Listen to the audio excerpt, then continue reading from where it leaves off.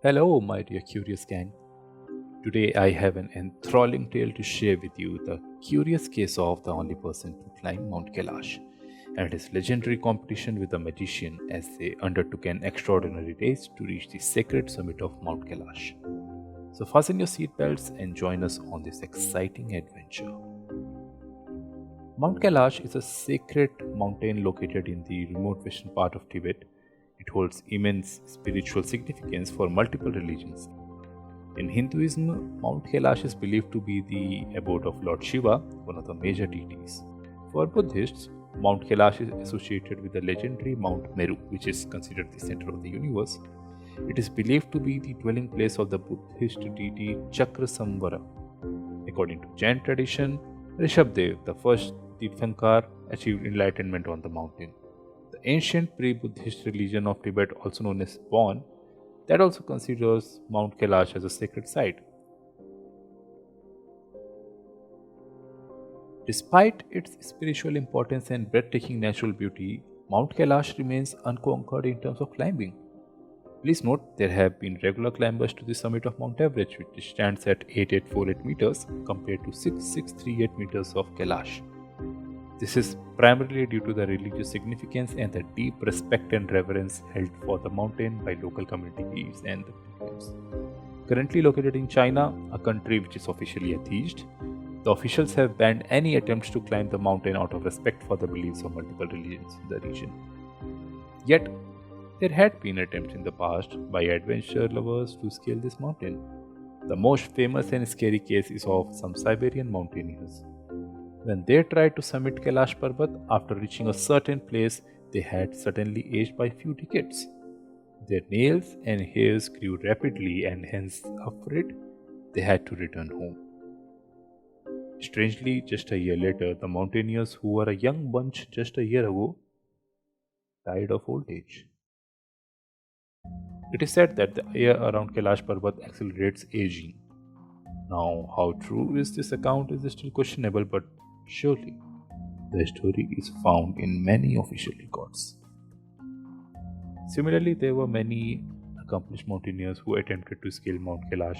The list included Reinhold Messner, who is a well known mountaineer from Italy, who was the first one to climb all 14 tallest peaks, standing at an elevation of more than 26,000 feet above sea level at the time.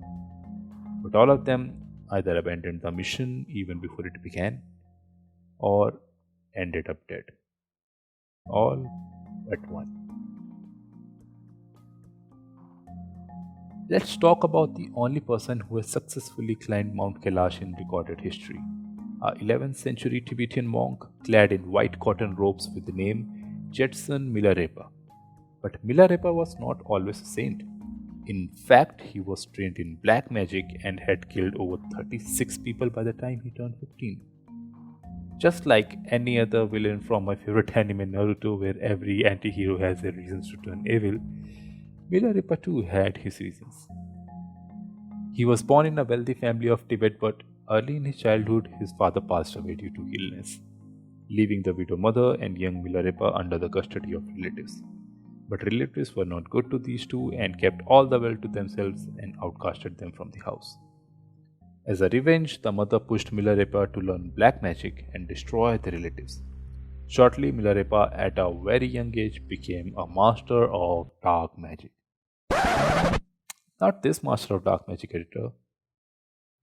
Anyways, he went on to take revenge and in the process became a murderer. But soon he realized the wrong path that he was walking upon, thus, he approached Guru Marpa. His training was intense, where he was asked to make a tower from stone boulders by using his bare hands. And once the structure was complete, he was asked to destroy it and start reconstructing. This hard training, followed by years of meditation in the caves of Himalayas, provided Milarepa with the enlightenment, and he became a monk with his own fleet of disciples who followed him in his travels to spread Buddhist teachings.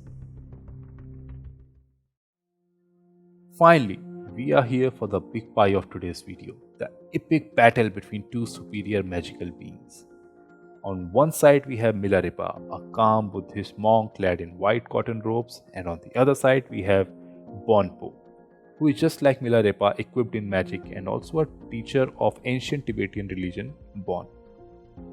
In one of his travels, Milarepa met Bonpo, and both challenged each other to prove supremacy of their religions, and hence they agreed for a magical duel.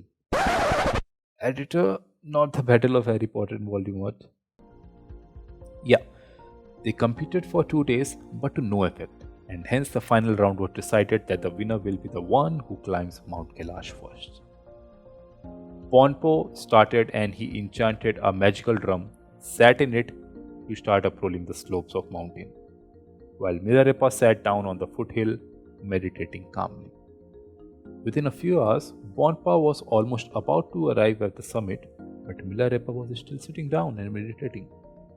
Milarepa's disciples started getting anxious on seeing the nonchalance from their master. As the Bon champion neared the top, Milarepa opened his eyes and shot to the summit on a ray of sunlight. Bonpa was aghast and lost his balance to fall back on the slopes, and hence we got our first man to scale the slopes of Kailash. But once Milarepa came down from the summit, he strongly warned against anyone trying to climb the mountain again. Who knows what mystery he would have encountered on the top? Might be he saw some deity, or might be he simply knew that non-magical humans could never overcome the challenging slopes. But did this really happen in history? Or is it merely a legend? The story of Milarepa versus Bonpo has been recorded extensively in religious texts of Tibetan scriptures. It is also a part of oral tradition in the region, so much so that a simple Google search would show you Milarepa as the only person to have ever climbed on Mount Kailash. Let's analyze how much of this is true.